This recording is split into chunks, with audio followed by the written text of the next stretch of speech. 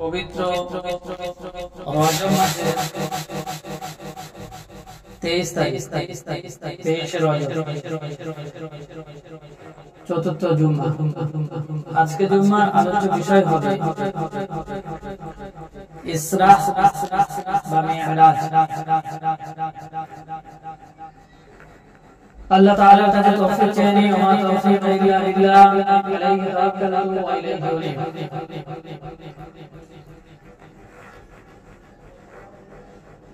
পবিত্র কুরআন শরীফের আল্লাহ তাআলা বনি ইসরাঈলের 11 নম্বর আয়াতে তিনি বলছেন যে সুবহানাল্লাযী আসরা বিআবদিহি লাইলান মিনাল মাসজিদিল হারাম ইলাল মাসজিদিল আকসাল্লাযী বারাকনা হাওলাহু লিনুরিয়াহু মিন আয়াতিনা ইন্নাহু হুয়াস সামিউল আলীম ইন্নাহু হুয়াস সামিউল বাসীর। পরম পবিত্র মহিমাময় সত্তা তিনি, যিনি তার প্রিয় বান্দাকে রাত্রি যোগে মসজিদুল হারাম থেকে মসজিদুল আকসা পর্যন্ত ভ্রমণ করেছিলেন এবং তার চতুর্দিকে তিনি বরকত দিয়ে ঢেকে দিয়েছেন। এজন্য বরকত দিয়ে ঢেকেছিলেন যাতে করে আল্লাহ তাআলা কিছু কুদরতি নিদর্শন তার হাবিবকে দেখান বা দেখিয়েছেন। নিশ্চয়ই তিনি পরম শ্রবণকারী এবং সুবহানাল্লাযী আসরা বিআবদিহি লাইলা, লাইল মানে রাত্রি যোগে তার প্রিয় বান্দাকে মসজিদুল হারাম থেকে মসজিদুল আকসা পর্যন্ত ভ্রমণ করিয়েছিলেন। তার চতুর্দিকে তার আল্লাহ তাআলা বরকত দিয়ে ভরে দিয়েছিলেন যাতে করে তার কুদরতি নিদর্শন তাকে কিছু দেখান এবং নিশ্চয়ই তিনি শ্রবণকারী এবং দর্শনকারী। তেলাওয়াত কে তো আয়াতের তরজমা।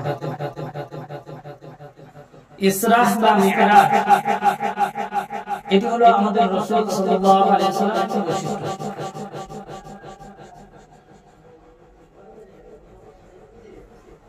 দ্বীন প্রচারের জন্য অন্যান্য নবীদেরকে যতটা কষ্ট সহ্য করতে হয়েছে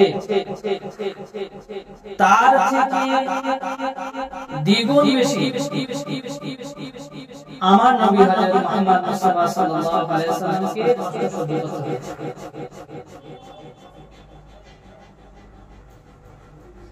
রাসূলুল্লাহ সাল্লাল্লাহু আলাইহি ওয়াসাল্লাম যখন প্রকাশ্য দ্বীন প্রচার করতে শুরু করলেন, কুরাইশের পক্ষ থেকে রাসূলুল্লাহ সাল্লাল্লাহু আলাইহি ওয়াসাল্লামের সাথে দুর্ব্যবহার শুরু হলো। অকট্ট অত্যাচার, চরমভাবে দুর্ব্যবহার করতে শুরু হলো। লাঞ্ছনা অপমাননার এমন কোন দিন বাকি ছিল না যেদিন আল্লাহ তাআলার কথা রাসূলুল্লাহ সাল্লাল্লাহু আলাইহি ওয়াসাল্লাম দিনের জন্য সহ্য করতে হয়নি। প্রত্যেকটা দিন রাসূলুল্লাহ সাল্লাল্লাহু আলাইহি ওয়াসাল্লামকে লাঞ্ছনা দেওয়া হতো,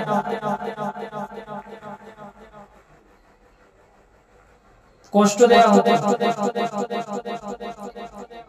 সেজন্য আমাদের রাসূলকে যতটা দিনের ব্যাপারে কষ্ট করতে হয়েছে, কষ্ট সহ্য করতে হয়েছে, অন্যান্য রাসূলকে অতটা কষ্ট সহ্য করতে হয়নি। এই কষ্ট, এই লাঞ্ছনা সহ্য করার নবুয়তের 10ম বছরে, 7ম বছরে রাসূলুল্লাহ সাল্লাল্লাহু আলাইহি ওয়াসাল্লামকে বনি ইসরাঈলের সমস্ত গোত্র, বনি ইসরাঈলের গোত্র এবং কুরাইশ গোত্র, এই কুরাইশ গোত্রের সমস্ত লোক সম্মিলিতভাবে বনি ইসরাঈল গোত্রের লোকেদের সাথে কথাবার্তা এবং রাসূলুল্লাহ সাল্লাল্লাহু আলাইহি ওয়াসাল্লামের সহপাঠী যারা ছিলেন তাদের সাথে কথাবার্তা বন্ধ করে দিয়েছে। নবুয়তের 7ম বছর, এই 7ম বছর অতিবাহিত হয়ে যাওয়ার পরে যখন এইভাবে রাসূলুল্লাহ সাল্লাল্লাহু আলাইহি ওয়াসাল্লামের সাথে ওরা কথাবার্তা বন্ধ করলো, বনি ইসরাঈলের সাথে কথাবার্তা বন্ধ করলো, বনি হাশিম গোত্রের সাথে কথাবার্তা বন্ধ করে দিল। তখন রাসূলুল্লাহ সাল্লাল্লাহু আলাইহি ওয়াসাল্লাম এই সপ্তম বছর থেকে নিয়ে দশম বছর পর্যন্ত এই তিনটি বছর রাসূলুল্লাহ সাল্লাল্লাহু আলাইহি ওয়াসাল্লাম চরম দুঃখ দুর্দশার সাথে কাটালেন। এই 3 বছরের সময় যখন রাসূলুল্লাহ সাল্লাল্লাহু আলাইহি ওয়াসাল্লাম চাচার কাছে আশ্রয় নিয়েছিলেন কিছু সাহাবাদেরকে নিয়ে। তো এই সাহাবাদেরকে নিয়ে 3 বছর তিনি খুব চরম দুঃখ দুর্দশার সাথে কাটান। দশম বছর যখন পার হয়ে যায়, এই দশম বছরের শেষের দিকে সম্ভবত রজব মাসের রমজান মাসের শেষের দিকে বা রমজান মাসের দিকে রাসূলুল্লাহ সাল্লাল্লাহু আলাইহি ওয়াসাল্লামের চাচা আবু তালেব ইন্তেকাল করেন। রাসূলের চাচা ইন্তেকালের পরে ঠিক 3 থেকে 5 দিনের মাথায় হযরত খাদিজা রাদিয়াল্লাহু তাআলা আনহা তিনি রাসূলুল্লাহ সাল্লাল্লাহু আলাইহি ওয়াসাল্লাম 3 বছর দুঃখ দুর্দশার সাথে কাটালেন এবং 3 বছরের মাথায় রাসূলুল্লাহ চাচা ইন্তেকাল করলেন। চাচা 3 থেকে 5 বছরের 5 দিনের মধ্যে হযরত খাদিজা রাদিয়াল্লাহু তাআলা আনহা ইন্তেকাল করলেন। রাসূলুল্লাহ সাল্লাল্লাহু আলাইহি ওয়াসাল্লাম একেবারে ভেঙে পড়লেন। রাসূলুল্লাহ সাল্লাল্লাহু আলাইহি ওয়াসাল্লাম ভেঙে পড়লেন এই কারণে একটি ঘটনা রাসূলুল্লাহ সাল্লাল্লাহু আলাইহি ওয়াসাল্লাম খাদিজাকে খুব বেশি ভালোবাসতেন। হযরত আয়েশা রাদিয়াল্লাহু তাআলা আনহা তিনি বর্ণনা করছেন যে একদিন আমি রাসূলুল্লাহ সাল্লাল্লাহু আলাইহি ওয়াসাল্লামকে রাতে না দেখতে পেয়ে আমি খুঁজে দেখলাম যে রাসূলুল্লাহ সাল্লাল্লাহু আলাইহি ওয়াসাল্লাম খাদিজার কবরে গিয়ে 2 হাত পেতে আল্লাহ তাআলার কাছে বন্দনা করছেন। তো হযরত খাদিজা রাদিয়াল্লাহু তাআলা কবরে উনি বন্দনা করছেন। হযরত আয়েশা রাদিয়াল্লাহু তাআলা আনহা দেখে রাসূলকে সাল্লাল্লাহু আলাইহি ওয়াসাল্লামকে বলছেন, রাসূলুল্লাহ সাল্লাল্লাহু আলাইহি ওয়াসাল্লামকে যে হুজুর আপনি কি আপনার পাশে কোনো জওয়ান স্ত্রী পাননি? আপনি কেন একটা বুড়ি মহিলার জন্য এত কাঁদাকাটি করছেন? তো রাসূলুল্লাহ সাল্লাল্লাহু আলাইহি ওয়াসাল্লাম হযরত আয়েশা রাদিয়াল্লাহু তাআলা আনহাকে বলেছেন যে দেখো আয়েশা, তুমি আমার সুখের দিনের স্ত্রী, তুমি আমার সুখের দিনের স্ত্রী, কিন্তু খাদিজা আমার দুঃখের দিনের স্ত্রী। যখন আমি সারাদিন দিনের কাজ নিয়ে পড়ে থাকতাম, মানুষের কাছে লাঞ্ছনা অপমাননা, মানুষ আমাকে পাগল বলেছে, এসব কাজ করে যখন ফিরতাম কখনো রাত হয়ে যেত, কখনো রাত্রেবেলা মধ্যরাতে, কখনো রাতের শেষে আসতাম, এসে আমি এখানে একবার দরজাতে থাকতাম। যখনই দরজাটা খুলতাম সঙ্গে সঙ্গে হযরত খাদিজাতুল কুবরা রাদিয়াল্লাহু তাআলা আনহা তিনি লাব্বাইক ইয়া রাসূলুল্লাহ বলে সঙ্গে দরজাটা খুলতেন।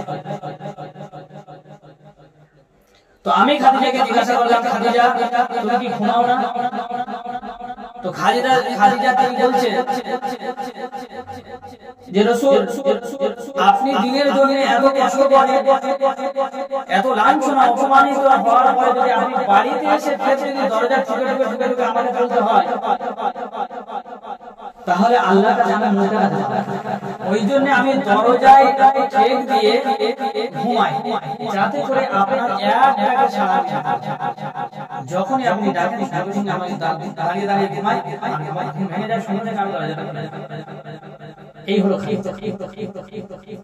শুধু তাই নয়, রাসূলুল্লাহ সাল্লাল্লাহু আলাইহি ওয়াসাল্লাম বর্ণনা দিচ্ছেন যে আমি একদিন চৌকিতে বসে গোসল করছি, চুল বা চৌকি ওতে বসে গোসল করছি, আর খাদিজা আমার গোসল করিয়ে দিচ্ছে। এমন অবস্থায় আমি দেখছি পানি যেখান থেকে প্রবাহিত পানি যেখান থেকে চলে যাচ্ছে, পানিতে দেখি রক্ত লাল হয়ে যাচ্ছে। আমি জিজ্ঞাসা করলাম, খাদিজা কি ব্যাপার, এত রক্ত কোথা থেকে আসছে?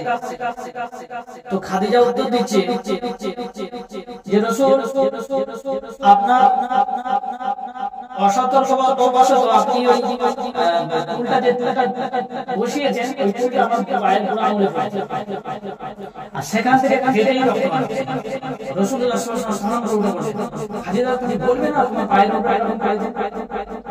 তো খালিদা বলছেন যে দিনের জন্য আপনি এত কষ্ট করছেন, আর আপনার জন্য শুধু এত কষ্ট আমি করতে পারবো না? এই হলো খালিদা। হযরত আয়েশা রাদিয়াল্লাহু তাআলা আনহা সঙ্গে সঙ্গে রাসূলুল্লাহ সাল্লাল্লাহু আলাইহি ওয়াসাল্লামকে বললেন যে হুজুর আমাকে মাফ করে দেন, আমার বোনের ব্যাপারে দ্বিতীয়বার এরকম কথা আমাকে রাসূল রাসূলুল্লাহ সাল্লাল্লাহু আলাইহি ওয়াসাল্লাম খালিদাকে প্রচন্ড ভালোবাসতেন। এই 10 বছর পরে যখন 11 বছর রাসূলুল্লাহ সাল্লাল্লাহু আলাইহি ওয়াসাল্লাম নবুয়তে, রাসূলুল্লাহ সাল্লাল্লাহু আলাইহি ওয়াসাল্লাম গেলেন তায়েফে। তায়েফবাসীর কাছে দাওয়াত দিতে গিয়ে এই পরিস্থিতি হয়েছে সেই ইতিহাস আপনারা জানেন। তায়েফের লোকেরা তো রাসূলুল্লাহ সাল্লাল্লাহু আলাইহি ওয়াসাল্লামের উপরে অত্যাচার, লোক এরকম ধরনের নবী করে পাঠানোর জন্য আল্লাহ তাআলা কাকে নির্বাচন করেছে, এরকম ধরনের টিটকিরি, লাঞ্ছনা, অপমাননা, শেষ রাসূলুল্লাহ সাল্লাল্লাহু আলাইহি ওয়াসাল্লামের পিছনে বাচ্চাদেরকে দাঁড়িয়ে দিল যে ওই পাগল ওর গায়ে নাউযুবিল্লাহি মিন যালিক গায়ে ঢিল মারো। তো ওই বাচ্চারা ঢিল মারতে মারতে পাথর মারতে মারতে রাসূলুল্লাহ সাল্লাল্লাহু আলাইহি ওয়াসাল্লামের বদন থেকে রক্ত মুবারক এসে পায়ের জুতো মুবারকের সাথে টেক্কা মারল। পায়ের জুতো মুবারক রক্তে জমতে রাসূলুল্লাহ সাল্লাল্লাহু আলাইহি ওয়াসাল্লামকে পাহাড় এসে তায়েফে পাহাড় এসে বলছে রাসূল আপনি একবার দিকে নির্দেশ করুন, একবার খালি বলুন আমরা এই পাহাড় দুই দিক দিয়ে এইভাবে চেপে তায়েফবাসীকে নিঃস্ব করে দেব, তায়েফবাসীকে পুরো একদম মুদ্রে শেষ করে দেব। রাসূলুল্লাহ সাল্লাল্লাহু আলাইহি ওয়াসাল্লাম বললেন আল্লাহ তাআলা আমাকে বদলা নেওয়ার জন্য পাঠায়নি, আল্লাহ তাআলা আমাকে বদলা নেওয়ার জন্য পাঠাননি, আল্লাহ তাআলা আমাকে দ্বীনের দাওয়াত দেওয়ার জন্য পাঠিয়েছেন। আর আমি যদি বদলা নিয়ে এরা যদি শেষ হয়ে যায় দাওয়াত আমি কার কাছে দেব, যার জন্য আমাকে পাঠানো হয়েছে। আজকে এরা যদি না বোঝে তবে এর পরের প্রজন্ম তারা আমাকে বোঝে। এই ছিল রাসূল।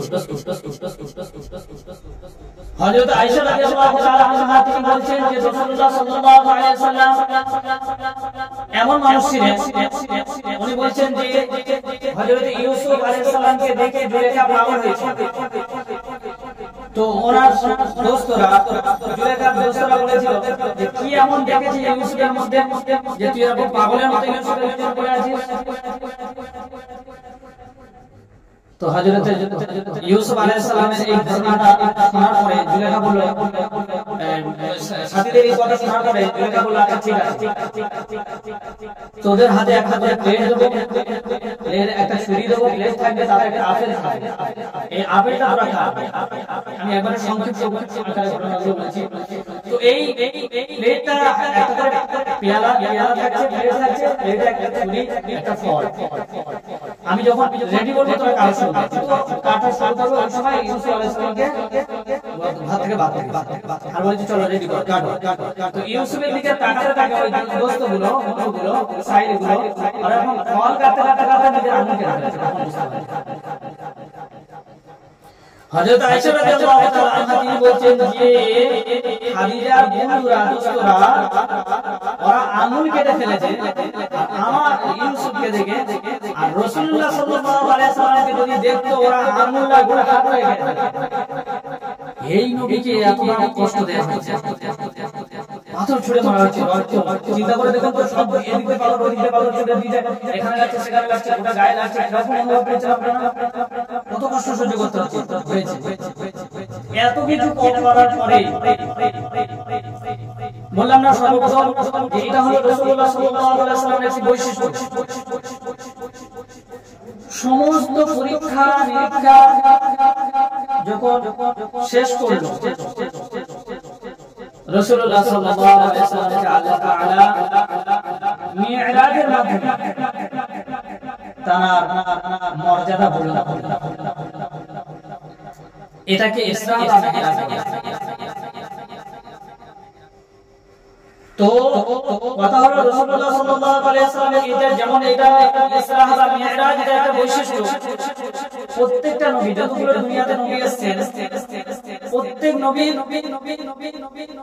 নবীর একটা করে বৈশিষ্ট্য আছে এবং নবীদেরকে তিনটি জিনিস আল্লাহ তাআলা দিয়েছেন। এক নম্বর যে নবী হবে তার উপরে আল্লাহ তাআলা ওহী নাযিল হবে। দুই নম্বর হচ্ছে যে নবী হবে আল্লাহ তাআলার পক্ষ থেকে তার মুজিজা দেওয়া হবে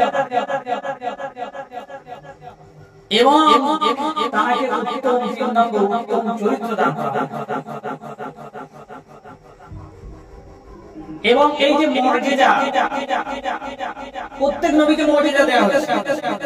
উত্তম চরিত্র প্রত্যেক নবী বেগুনা মাসুম তারা এবং প্রত্যেক নবীর উপরে ওহী নাযিল হতো আল্লাহ তাআলা। তো ইসরা বা মিরাজ রাসূলুল্লাহ সাল্লাল্লাহু আলাইহি ওয়াসাল্লাম একটা বৈশিষ্ট্য বা এই বিষয় এই জন্য বলতে যাচ্ছি যে অন্যান্য নবীদের বৈশিষ্ট্য বা যেটা মুজিজা বলে এই মুজিজা নবীরা চলে গেছে, মুজিজা শেষ হয়ে গেছে। যেমন হযরত দাউদ আলাইহিস সালাম ওনার আল্লাহ তাআলা একটা মুজিজা দিয়েছিলেন, উনি লোহার কাজ করতেন, মানে ছুরি তৈরি করতেন, লোহা দিয়ে। তো উনি যখন আমাদের কি হয় লোহা ধরিয়ে তাকে বিভিন্ন রকমের অস্ত্র তৈরি করতে বিভিন্ন স্টাইলে, তো উনি মানে দাউদ আলাইহিস সালাম উনি লোহাটাকে ধরলে পড়ে যেত। এটা ছিল দাউদ আলাইহিস সালামের মুজিজা। দাউদ আলাইহিস সালাম তিনি চলে গেছেন, আজ পর্যন্ত পৃথিবীর কোনো মানুষ এরকম ওই লোহা ধরে ঘোরাতে পারে। এবং দাউদ আলাইহিস সালামের গলার মধ্যে একটা দেওয়া হয়েছে, একটা সুরের ঝংকার দেওয়া হয়েছিল। উনি যখন কোরআন শরীফ তেলাওয়াত করতেন, উনি যখন তেলাওয়াত করতেন জবর তেলাওয়াত করতেন, তখন পাখিরা পর্যন্ত আকাশে উড়তে দাঁড়িয়ে এত সুন্দর করা। এরকম করে সুলাইমান আলাইহিস সালামের একটি মুজিজা ছিল, উনি তক্তার উপরে বসতে তক্তা প্লেনের মধ্যে উঠেছিলেন। সুলাইমান আলাইহিস সালাম দুনিয়া থেকে চলে গেছেন, ওনার মুজিজা শেষ হয়ে গেছে। আজও পর্যন্ত কোনো ব্যক্তি তক্তার উপরে উঠলে ওই নাম উঠে যেতে পারে। প্রত্যেক নবী চলে গেছে, মুজিজা শেষ। হযরত মূসা আলাইহিস সালামের একটি মুজিজা ছিল, যে সময় যে নবীর সময় যেটার বেশি প্রভাব ছিল সেই ব্যাপারে আমাকে মুজিজা দেন। মূসা আলাইহিস সালামের সময় জাদু বেশি ছিল, প্রভাব ছিল। তো আল্লাহ তাআলা ওনার হাতে লাঠিটাকে জিজ্ঞাসা করলেন, লাঠি কি? লাঠি এটা কি? হাতে লাঠি। তো লাঠিটা ছেড়ে দাও, ছেড়ে দিয়েছে সাপ হয়ে। ও সামনে যারা রাউনের প্রবেশ করে যারা জাদু করবে তারা বিভিন্ন রকমের জাদু দেখিয়েছিল, বড় বড় সাপ দেখিয়েছিল। এই লাঠি ছেড়ে দিতে সঙ্গে সঙ্গে সে সমস্ত সাপকে খেয়ে নিতে, সমস্ত জাদুকে গিলে নিয়েছে। তো মূসা আলাইহিস সালাম চলে গেছেন, আজও পর্যন্ত পৃথিবীতে কেউ কোনোদিন এই লাঠিটাকে নিয়ে ফেলে দিয়ে আল্লাহর নামে সাপ করতে পারে না। মুজিজা শেষ। এরকম ঈসা আলাইহিস সালামের মুজিজা ছিল, উনি কুষ্ঠ রোগী এরকম চোখ মানে চোখ বন্ধ রোগীর এরকম চোখে হাত বুলিয়ে দিলে শেষ। উনি চলে গেছেন, শেষ, মুজিজা শেষ। কিন্তু আমাদের নবী রাসূলুল্লাহ সাল্লাল্লাহু আলাইহি ওয়াসাল্লাম দুনিয়া থেকে চলে গেছেন, ওনার বৈশিষ্ট্য মুজিজা এখন বাকি আছে। কেন? তার কারণ হলো রাসূলুল্লাহ সাল্লাল্লাহু আলাইহি ওয়াসাল্লাম দ্বীনের ব্যাপারে কথা বলেছি। দ্বীনের ব্যাপারে রাসূলুল্লাহ সাল্লাল্লাহু আলাইহি ওয়াসাল্লামের মতো এতটা কষ্ট, এতটা লাঞ্ছনা, অপমানিত কারোর দ্বীনের জন্য একটা দিন তিনি লাঞ্ছনা খাননি, অপমানিত হননি, এমন একটা দিন। তো এই রাসূলুল্লাহ সাল্লাল্লাহু আলাইহি ওয়াসাল্লাম 300 অধিক মুজিজা ছিল, দিয়েছিলেন আল্লাহ তাআলা। তার মধ্যে একটি মুজিজা আমরা সবাই জানি যে জিন্দেগি পর্যন্ত, কিয়ামত পর্যন্ত এই মুজিজাটা থাকবে, যেটা কোরআন শরীফ। এবং এই ইসরা বা মিরাজ এইগুলো তো বলার উদ্দেশ্য সময় সংক্ষিপ্ত। এই যে আল্লাহ তাআলা সমস্ত কিছু কষ্টের পরে, সমস্ত পরীক্ষা নিরীক্ষার পরে আল্লাহ তাআলা আমাকে ইসরা বা মিরাজ করান। কি বলছেন আল্লাহ তাআলা? সুবহানাল্লাযী আসরা বি'আবদিহি লাইলাতান মিনাল মাসজিদিল হারাম ইলাল মাসজিদিল আকসাল্লাযী বারাকনা হাওলাহু লিনুরিয়াহু মিন আয়াতিনা ইন্নাহু হুয়াস সামিউল বাসীর। পরম পবিত্র মহিমাময় সত্তা তিনি, যিনি তারা প্রিয় বান্দাকে রাত্রি যোগে, লাইলা মানে রাত্রি যোগে মসজিদুল হারাম থেকে নিয়ে মসজিদুল আকসা পর্যন্ত ভ্রমণ করিয়েছিলেন এবং তিনি তানার চারিদিকে বরকত দিয়ে ঢেকে দিয়েছিলেন এবং কুদরতি কিছু নিদর্শন তিনি তানাকে দেখিয়েছেন। তিনি নিশ্চয়ই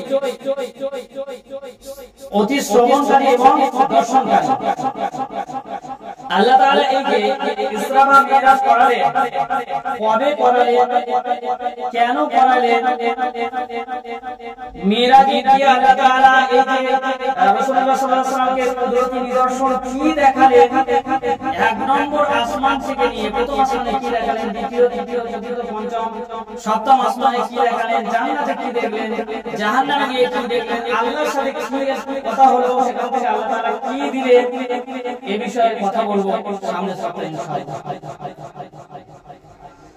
আল্লাহ তাআলা আমাদেরকে যতটুকু শুনেছি, যতটুকু বুঝেছি, দিন শোনা এবং এই দিনের উপরে শুনে বুঝে তার উপরে আমল করতে হবে।